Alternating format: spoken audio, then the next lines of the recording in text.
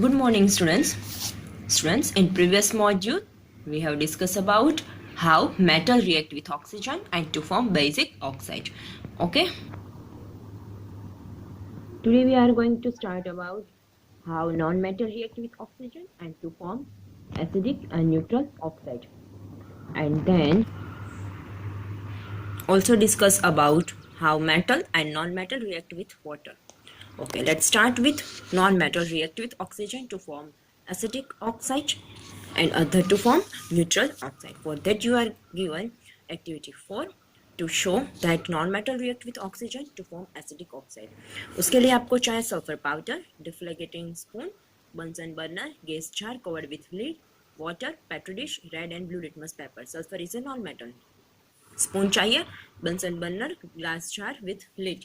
Okay, सबसे पहले क्या करना है, आपको स्मॉल अमाउंट में सल्फर पाउडर लेना है इन डिफ्लेग्रेटिंग स्पून एंड उसको हीट करना है राइट बंसन बर्नर के ऊपर.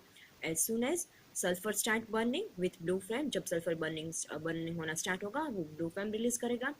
Introduce a deflagrating spoon in a glass jar, फिर वो स्पून के साथ आपको ग्लास जार के अंदर डाल देना है. Form a pungent smelling gas sulphur dioxide. और आपको जैसे जलती हुई स्मेल, कोई भी चीज़ लाइक फाइबर जलता है तो कैसे स्मेल आती है राइट, सिंथेटिक फाइबर, तो ऐसे स्मेल आएगी और फिर लिड से उसको कवर कर देना है. Keep the gas glass jar covered with lid to ensure that gas does not escape. और आपको लीड को इसी तरीके से कवर करना है कि जो ग्लास जार के अंदर जो गैस रिलीज हो रहा है वो एस्केप ना हो. Remove the deflagrating spoon from the glass jar after some time. फिर थोड़ी देर के बाद जो ग्लास जार के अंदर हमने डिफ्लेग्रेटिंग स्पून डाली थी वो बाहर निकालनी है. Add a small quantity of water into glass jar and quickly close the lid. अभी क्या करना है, पाउडर जो अंदर था वो डाल देना है. ओके, और स्पून को निकाल लेना है, उसके अंदर थोड़ा पानी डालना है और ग्लास जार को कवर कर देना है लिड से. Shake the glass jar to dissolve sulphur dioxide gas. यहाँ पे जो गैस रिलीज हुआ था वो कौन सा गैस था, सल्फर डाइऑक्साइड. राइट, अभी सल्फर डाइऑक्साइड किसके साथ मिक्स होगा, वाटर के साथ मिक्स होगा. Now pour the water in a petri dish. फिर थोड़ा सॉल्यूशन पेट्री डिश में लेना है और उसको red and blue litmus paper से चेक करना है. यहाँ पे आपको केमिकल रिएक्शन दिया गया है. Observation, when sulphur is a non metal burn in air, वो एयर की प्रेजेंस में बर्न होगा और इट कंबाइन विथ ऑक्सीजन, वो ऑक्सीजन के साथ कंबाइन हो जाएगा और क्या बनेगा, sulphur dioxide, that is acidic oxide. Sulphur non metal oxygen right from air and क्या फॉर्मेशन होगा, sulphur dioxide is a two molecules right. तो ये एसिडिक ऑक्साइड होगा. फिर इस सल्फर डाइऑक्साइड को किसके साथ डिसोल्व किया, वाटर के साथ. क्या बनेगा, sulphurous acid solution, SO2 sulphur dioxide, H2O water, H2S O2 and 1 H2SO3 sulphurous acid right. फिर इसको चेक करना है red and blue litmus paper से right. The sulfurous acid turned blue litmus paper red, showing that its nature is acidic. Right, तो ये जो इसका nature होगा सल्फ्यूरिक एसिड का वो कौन सा होगा, एसिडिक नेचर होगा. यहाँ पे हम बैलेंस करके देख लें, हाइड्रोजन 2 सल्फर 1 ऑक्सीजन 3. यहाँ पर भी बैलेंस है, sulphur 1 oxygen 2. No need to balance. Alright, next one, non metal react with oxygen to form acidic oxide. Non metal जब ऑक्सीजन के साथ रिएक्शन करेगा तब एसिडिक ऑक्साइड का फॉर्मेशन होगा एंड मेटल जब ऑक्सीजन के साथ रिएक्ट करेगा तो बेसिक ऑक्साइड का फॉर्मेशन होगा. Next one, reaction with water. Metals react with water and displace the hydrogen from water to form a metal hydroxide or metal oxide and hydrogen gas leave. Metal जब water के साथ react होगा तो water में से hydrogen gas है वो escape होगा एंड मेटल हाइड्रोक्साइड या तो मेटल ऑक्साइड्स बनेंगे. Some metal react with cold water, some metal react with hot water and some react with steam. सारी मेटल एक की जो कॉइल्ड वाटर है उसके साथ रिएक्ट नहीं करता है. कुछ मेटल है जो कॉइल्ड वाटर के साथ रिएक्ट करेगा, कुछ मेटल है जो हॉट वाटर के साथ रिएक्ट करेगा एंड जो कुछ मेटल है वो स्टीम के साथ रिएक्ट करेगा. To show that metal react with water to form hydrogen gas. उसके लिए sodium metal right, sodium is a metal, water paper, beaker, knife, blue and red litmus paper and water. Cut the small piece of sodium and remove the kerosene by pressing the sodium piece between the fold of filter paper. अभी क्या करना है, जो sodium के pieces जो kerosene में रखते हैं राइट, उसमें स्टोर करके रखते हैं, वहाँ से उसको निकाल देना है और फिल्टर पेपर के बीच में रख के उसको प्रेस करना है. Sodium is a very reactive metal, because sodium very reactive metal है इसीलिए उसको केरोसिन के अंदर संभाल के रखा जाता है. because sodium is a highly reactive metal, so it react with water or oxygen so that it's stored in kerosene. Okay, take a 250 ml beaker, three fill the 3/4 of with water. Now put the piece of sodium into beaker. अभी क्या करना है, जो sodium का piece हमने लिया था, alright, kerosene में से निकाल के उसको फिल्टर पेपर में रब कर दिया है, मीन्स उसको फिल्टर पेपर में रख दिया फोल्ड करके, फिर उस जो सोडियम का पीस लिया था उसको एक बीकर लेना है, राइट, उसमें पानी डाला है, पानी के ऊपर रख देना है. Observation. Sodium float on a surface of water and at the same time melt to form a silvery white ball. Sodium है वो स्टार्टिंग में वाटर के ऊपर फ्लोट करेंगे, बट थोड़ी देर के बाद वो सिल्वरी व्हाइट कलर का बॉल में फॉर्मेशन हो जाएगा. The silvery white balls of sodium darts over the surface of water with the hissing sound, producing a tiny bubbles of hydrogen gas. फिर थोड़ी देर के बाद जब वो सिल्वरी बॉल्स बनना स्टार्ट हो जाएगा तो वो साउंड प्रोड्यूस करेगा. इट मीन्स कि सोडियम जब वाटर के साथ रिएक्ट करता है तो हाइड्रोजन गैस लीव करता है, तो जो हाइड्रोजन गैस है वो हेजिंग साउंड के फॉर्म में वो प्रोड्यूस होता है. The silvery white ball gradually become smaller in size. फिर सिल्वरी वाइट बॉल्स है वो उसकी साइज है वो छोटी होती जाएगी. कैच द फायर, फिर वो आफ्टर 15 to 20 मिनट वो फायर कैप्चर करेगा. It burn with golden yellow flame, right, वो गोल्डन येलो फ्लेम से बर्न होना स्टार्ट करेगा. This is because heat evolve in the reaction, metals melt and sodium melt reaction melts and sodium melts and the hydrogen gas produced during the reaction catch fire. ये क्यों हो रहा है, because जब reaction हो रहा है तो हीट एनर्जी इवॉल्व हो रही है, रिलीज हो रही है, जिसकी वजह से सोडियम है वो मेल्ट होना स्टार्ट हो रहा है. Okay, and hydrogen gas leave हो रहा है जिसकी वजह से वो फायर कैप्चर कर रहा है.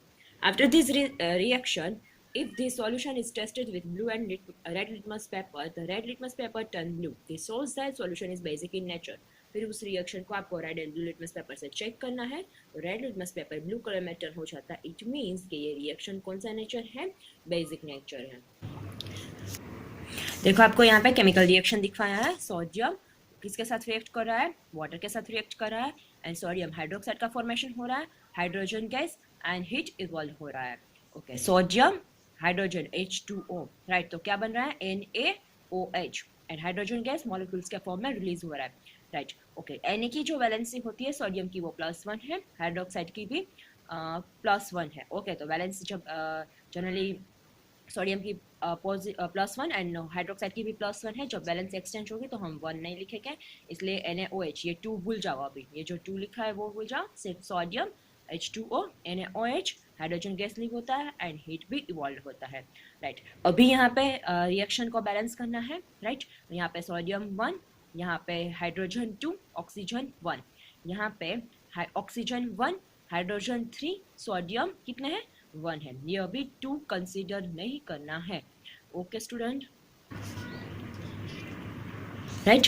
अभी यहाँ पे ऑक्सीजन कितने हैं, यहाँ पे देखो ऑक्सीजन 1 है, राइट. यहाँ पर ऑक्सीजन कितने हैं, 1 है. ये 2 अभी मत कंसीडर करो. देखो ऑक्सीजन 1, हाइड्रोजन 2, हाइड्रोजन 3. तो यहाँ पे क्या अनबैलेंस है सबसे पहले, राइट, हाइड्रोजन अनबैलेंस है, क्योंकि यहाँ पे हाइड्रोजन 3 है, यहाँ पे हाइड्रोजन कितने हैं, 2 है.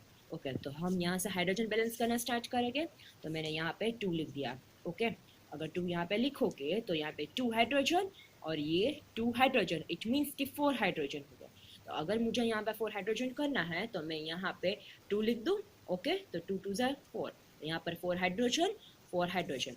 अभी देखो क्या अनबैलेंस होगा, सोडियम अनबैलेंस होगा, बिकॉज इस साइड 2 लिखा है तो सोडियम 2 है, यहाँ पे 1 था, राइट. तो यहाँ पर मैंने 2 लिख दिया, sodium 2, sodium 2.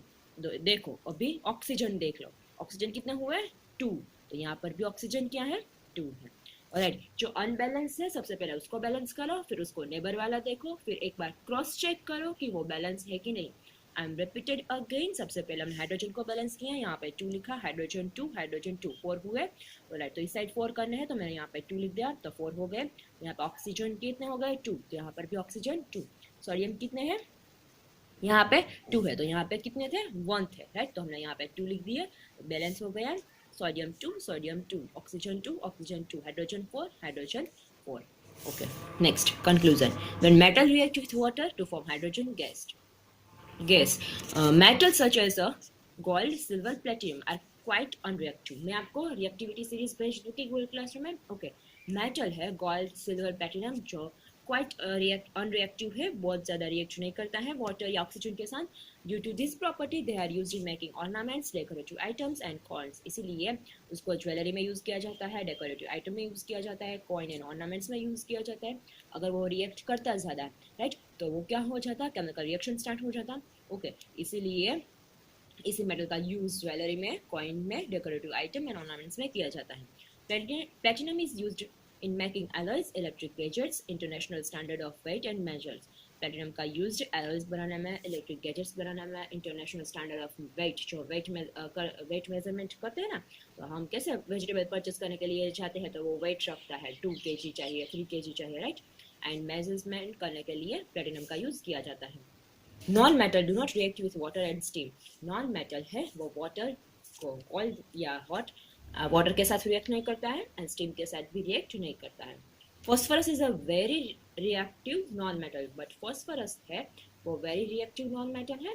When expose to air, जब उसको एयर में एक्सपोज करते हैं, इट कैच फायर, वो फायर कैप्चर करता है and thus it store in water, इसीलिए उसको पानी में ही स्टोर किया जाता है, राइट. तो ये फॉस्फोरस हाईली रिएक्टिव मेटल है जो एयर के साथ रिएक्ट करेगा तो फायर कैप्चर करता है, इसलिए उसको वाटर में स्टोर किया जाता है, जैसे सोडियम को केरोसिन में स्टोर किया जाता था. Okay, next one, reaction with acids. अभी मेटल एंड नॉन मेटल जब एसिड के साथ रिएक्ट करेंगे तो किसका फॉर्मेशन होता है वो आपको दिखाया है. Metal react with acid to form the respective salt and hydrogen. अगर मेटल जब एसिड के साथ रिएक्ट करेगा, ओके, तो सॉल्ट एंड हाइड्रोजन गैस का फॉर्मेशन होता है. Zinc is a metal, Z, and sulfuric acid, right, H2SO4. Okay, ये दोनों जब रिएक्ट करेगा तो क्या बनेगा, ZnSO4. It means zinc sulphate. ये सॉल्ट बन रहा है एंड हाइड्रोजन गैस लीव हो रहा है. I am repeated again, zinc metal जब सल्फ्यूरिक एसिड के साथ रिएक्ट करेगा तो जिंक सल्फेट बनेगा एंड हाइड्रोजन गैस लीव होगा. मैग्नीशियम जब सल्फ्यूरिक एसिड के साथ रिएक्ट करेगा तो मैग्नीशियम सल्फेट बनेगा एंड हाइड्रोजन गैस लीव होगा. ओके, तब जब मेटल एसिड के साथ रिएक्ट करता है तो हाइड्रोजन गैस लीव होता है. यहाँ पे आप सल्फ्यूरिक एसिड की जगह कोई भी एग्जांपल ले सकते हो, राइट. अगर मैग्नीशियम है वो हाइड्रोक्लोरिक एसिड मीन्स HCl के साथ रिएक्ट करेगा, राइट, तो magnesium chloride MgCl because HCl, right. Another example मैं आपको एसिड का दे रही हूँ, magnesium plus HCl. Magnesium chloride react होगा मीन सॉल्ट फॉर्मेशन जब मैग्नीशियम हाइड्रोक्लोरिक एसिड के साथ रिएक्ट करेगा. ओके, देखो ऐसे, देखो यहाँ पे दिखा है मैग्नीशियम HCl, राइट, तो मैग्नीशियम क्लोराइड बनेगा, salt and hydrogen gas leave होगा. Okay, next one, activity 6. To show how metal and non-metal react with dilute hydrochloric acid, for that you given a magnesium ribbon, aluminium foil, iron nail, coal, sulfur powder, fire test tube, dropper, dilute hydrochloric acid and matchbook. आपको fire test tube लेनी है, उसको A B C D E से marking कर देना है. First में magnesium ribbon डाला है, सेकंड में एल्यूमिनियम फॉइल, थर्ड में आयरन नेल, फोर्थ में कॉल एंड फिफ्थ में सल्फर पाउडर डालना है. ओके, नेक्स्ट अभी क्या करना है, सभी में 5 ml हाइड्रोक्लोरिक एसिड डाल देना है टेस्ट ट्यूब में with the help of dropper and carefully observation करना है क्या रिएक्शन हो रहा है वो. अभी क्या करना है, आपको मैच स्टिक बर्न करके उसके टेस्ट ट्यूब के माउथ के पास लेके जाना है एंड ऑब्जर्वेशन करना है.